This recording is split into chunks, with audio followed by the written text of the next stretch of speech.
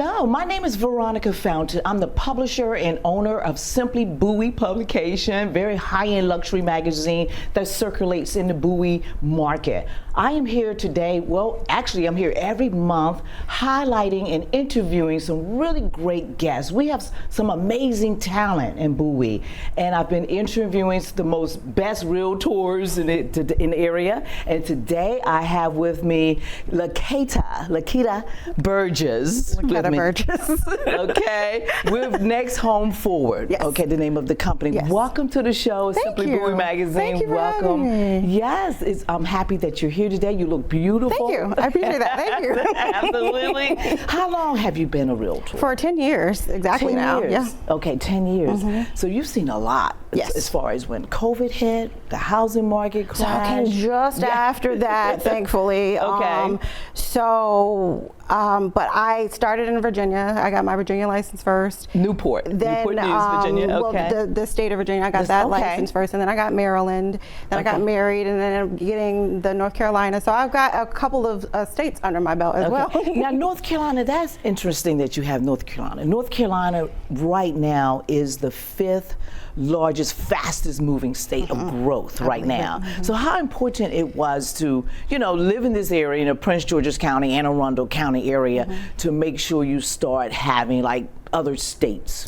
It was important for me because I'm married to someone who was in the military. Okay. And so we just happened to be stationed at Fort Bragg. And so I wanted to get into that market since I was there.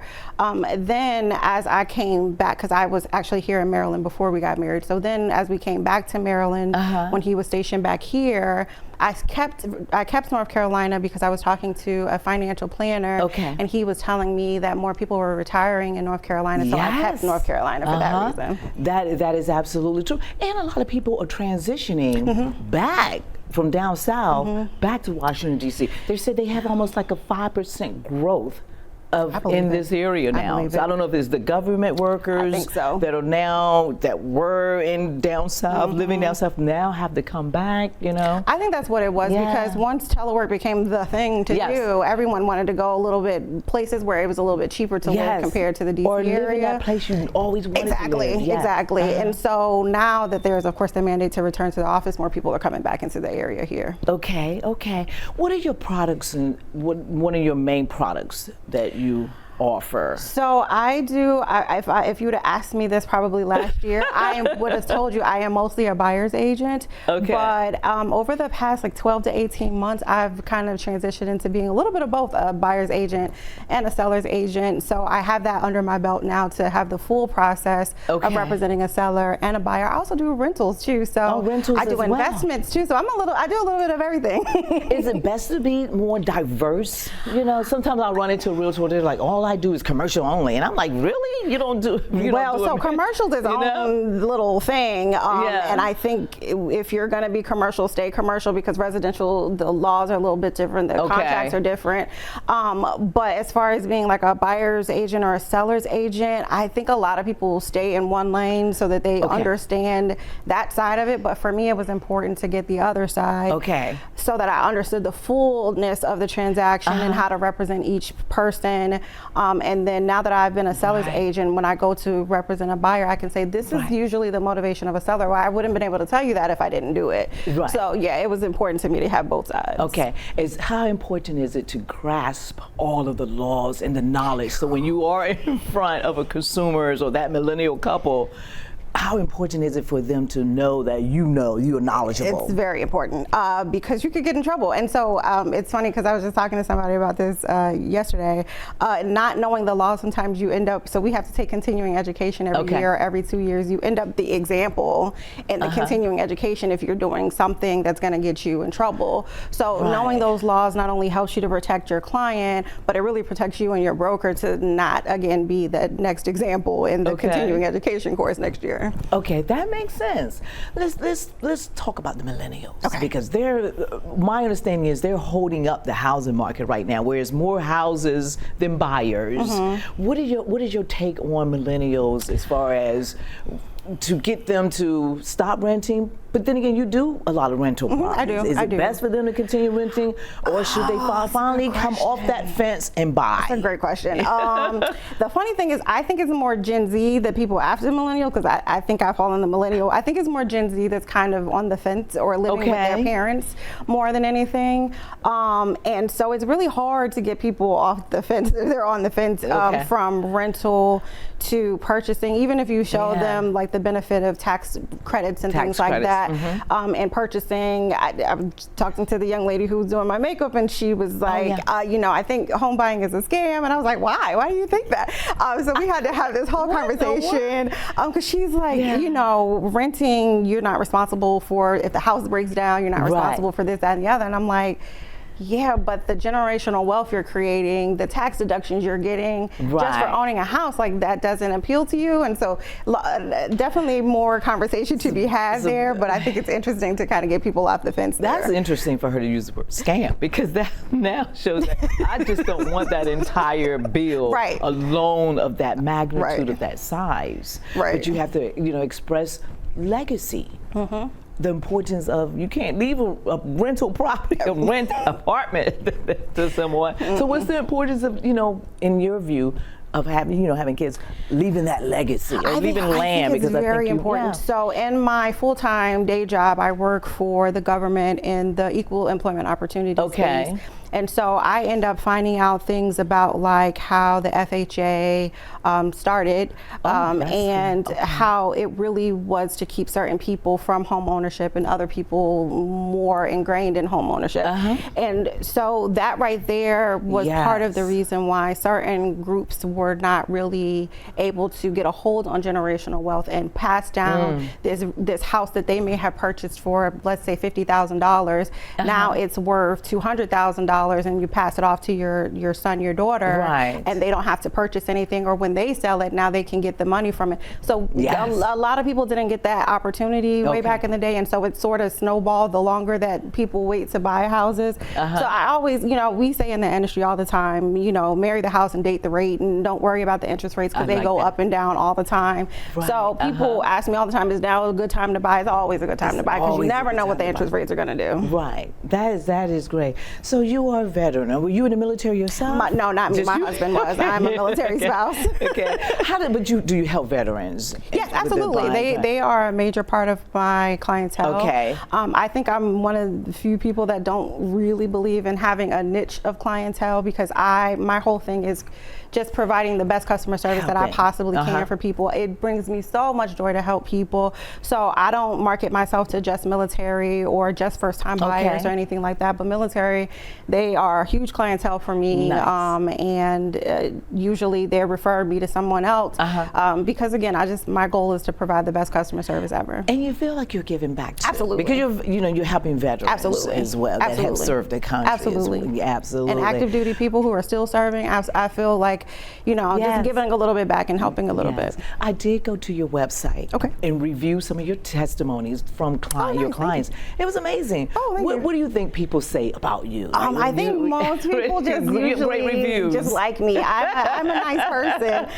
This smile that I have right now is generally the smile that I have every day. I'm just a nice person, but again, it brings me joy to help people. And so as long as I'm staying within the ethical boundaries, my real estate company, Next Home, just as a bigger company, their hashtag, their motto is humans over houses. And before I even joined them, before I even knew anything about them, that holds a lot for me. And because it's the people that I want to help. Yes, there's a check at the end of the day, but it's the people I want to help. So that's a big thing for me. Absolutely. There is a total of, oh my gosh, 60,000 realtors registered. That's just in Central Maryland, this pocket. What sets you apart? What, you know, how can a millennial or you know, someone like, why you? What sets you apart? That's a wonderful question. So the first thing that I tell people that kind of gets them talking to me a little bit more is, my salutation is doctor. So hey, I'm Dr. LaKeta Burgess, and people are like, wait a minute, what? You're a doctor? Let's talk about that. What's your PhD? And so that's kind of how I greet people sometimes. Sometimes it's just my smile, but really I think my bread and butter has just just been my amazing customer service for people and the way that I treat them as a person. I end up being friends with a lot of them. And not that that's something that I advertise. And honestly, to be honest, I don't do a whole lot of advertising. I do a lot of, most of my business comes from word of mouth. But I think because my clients like me so much, they tell people about the customer service, the way that I treated them. Exactly. And so that's how I keep getting more and more people, or as I'm talking to somebody for the very first time who doesn't know anybody that knows me, the way that I talk to make sure that they understand. So, you know, let me explain this process to you. Do you have any questions? And the way I try to just get them to fully understand this process, I think that's what's keeping me separate from many people. Because like I said, I'm really bad with advertising. I need to get better with that. Well, you're going to be in the Simply Bowie publication, a front cover feature story, editorial article. We're definitely looking forward to that. What is your next chapter? What is your you know? So the next thing that I am trying to work on, oddly enough, is international real estate. Ooh, international. Yes, ma'am. So I just took the classes to get my certification in international real estate. And the reason that that's becoming something interesting to me is kind of twofold. My mother works for a company, and they're starting to build tiny houses in East Asia. And so I want to help and support and help her with that. That's amazing. Especially, but also because I noticed just on social media, we have a large exit of people. And so I want to partner with people to teach them how to leave the country, buying real estate in other countries, even if it's just for an investment purpose.